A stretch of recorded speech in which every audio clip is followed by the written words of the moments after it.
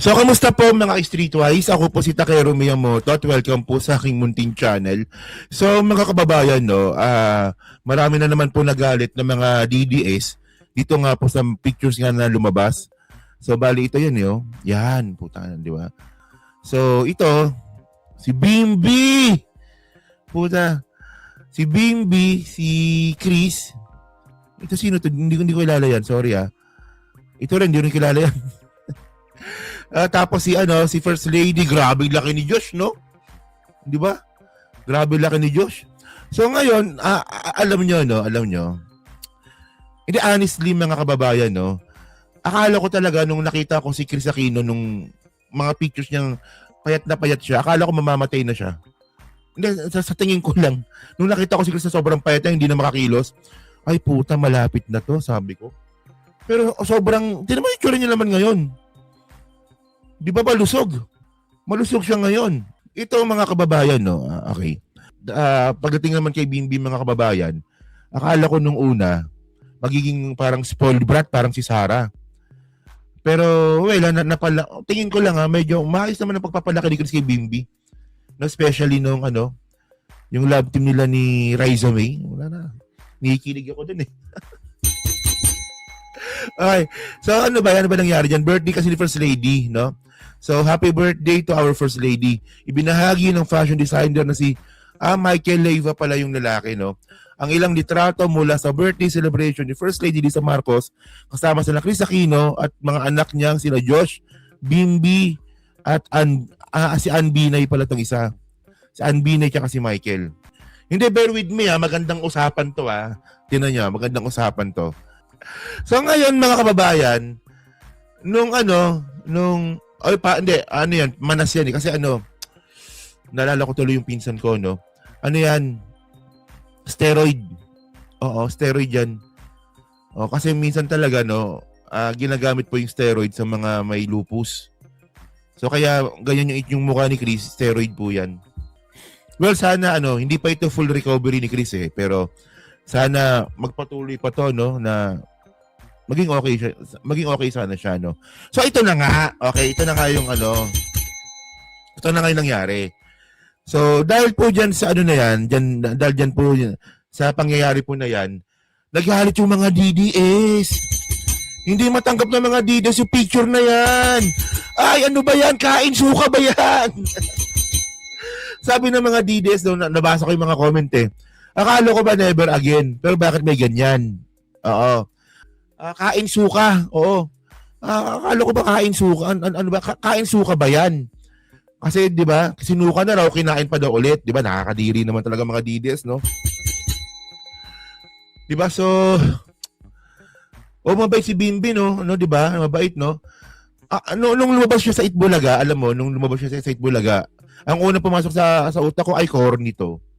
Bimby, corny, pero nadala niya yung pagiging, nadala niya yung pag-host sa Itbulaga, nakasabay siya. Di ba, nakasabay siya nun? So ngayon, inggit ang mga DDS dito. Inggit talaga sila dito, no? So ngayon, ang nangyari, panoorin nyo to, no? Video na ba?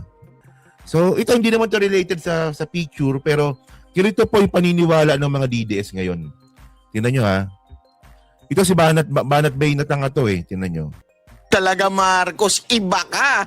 Bagag ka ba talaga o sabog? Mantakin mo yung taong i-honor mo, ilalagay mo sa paahan mo. At si Reni Robredo naman, tuwan-tuwa. Kayo talaga mga pink, wala talaga kayo sa hulog, Mantak. Oy, mga pink daw, wala daw kayo sa hulog, sabi ni Banat Bay, no?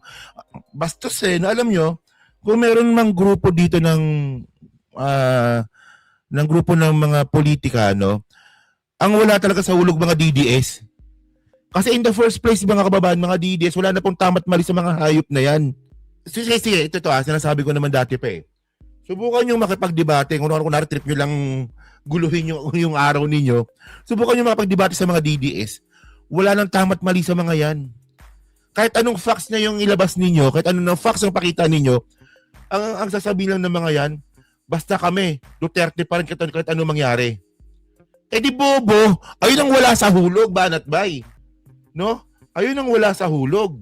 Kahit ano mangyari, DDS kami, kahit mali-mali na. Kaya, tuloy natin. Sige. Taga kayo sa hulog, ano? Mantakin mo, sasanib pa kayo kay Marcos. Kadiri kayo. Kain suka talaga ang ginagawa ninyo. Alam mo?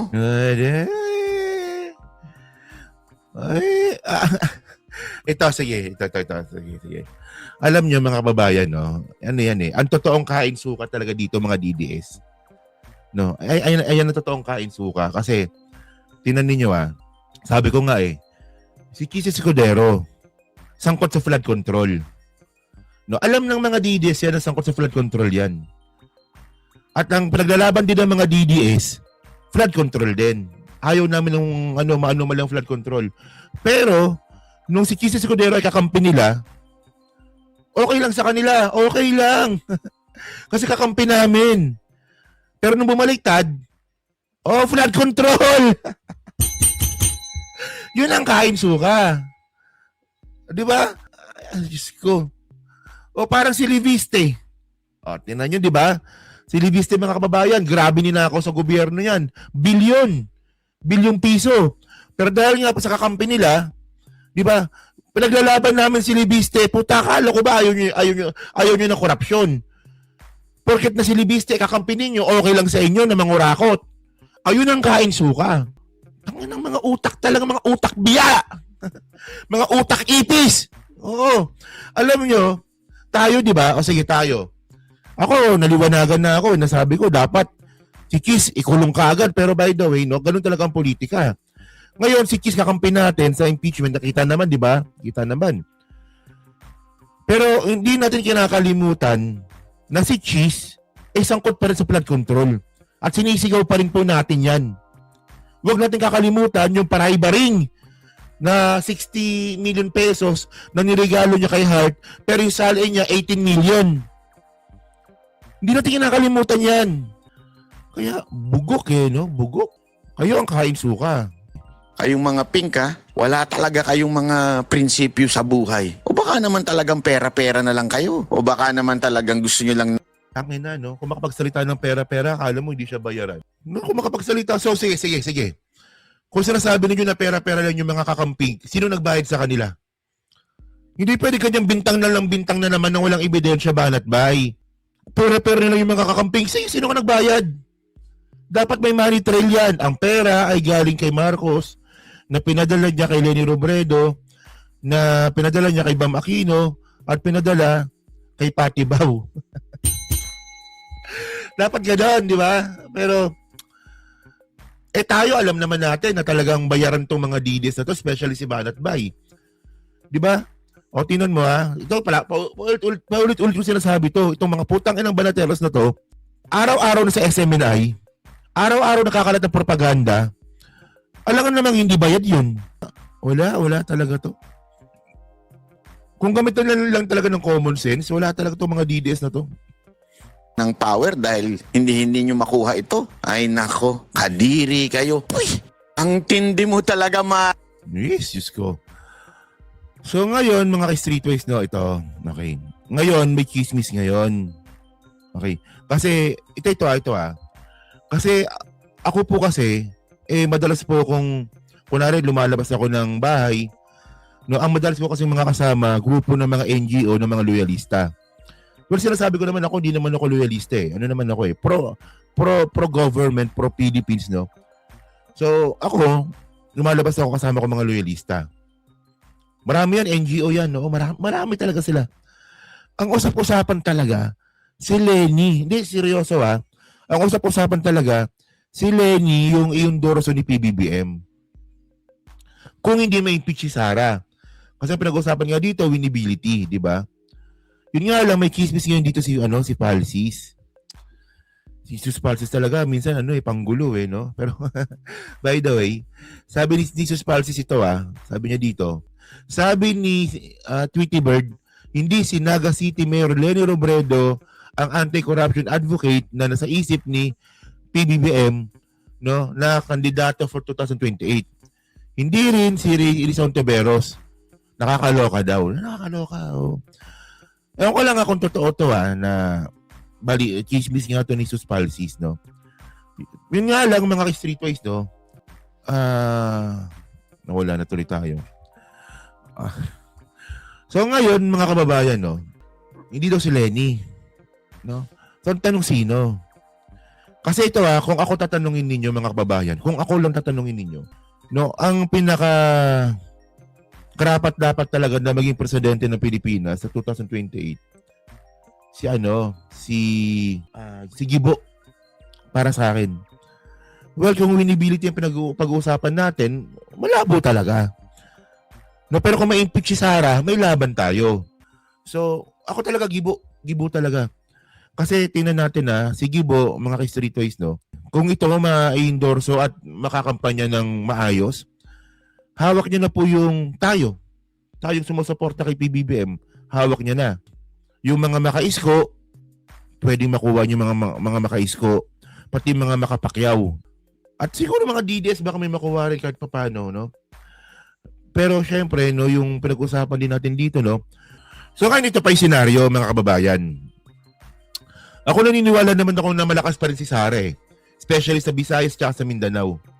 Naunahan ako. Hindi, okay lang yan, di ba? Kunwari, merong magrereklamo dyan. Bangag si Marcos, ayoko kay Marcos, di ba? Ayoko sa kanya. O, naniniwala ako kay Kibuloy, love ko si Kibuloy. Yan, okay lang, isang beses. Pero pag fina-flood, para namang, Trillanes pwedeng pang VP. Trillanes. Okay, balik natin sa sa Senate. Si Trillanes sa 2028, bata pa yun. No? Ito si Trillanes kung tatakbong senador, ito malakas yung chance niya manalo ngayon. Oo, malakas yung chance niya. Pero by the way, kung hindi nga po i-endorse ni PBBM si Lenny, no, so sana si Gibo. Yun nga lang, mga kababayan, may bali-balita ngayon sa ibang mga vloggers, no, na si John Vic daw. Diyos ko naman. Ito sinasabi ko ng mga kababayan, no, kung si John Vic po yung i-endorse ng presidente, wag na lang. Kahit po na ako nga po, no, alam nyo naman, no, na ako idol ko si di ba? Lodi ko si Chief PNP Melancio Nartates.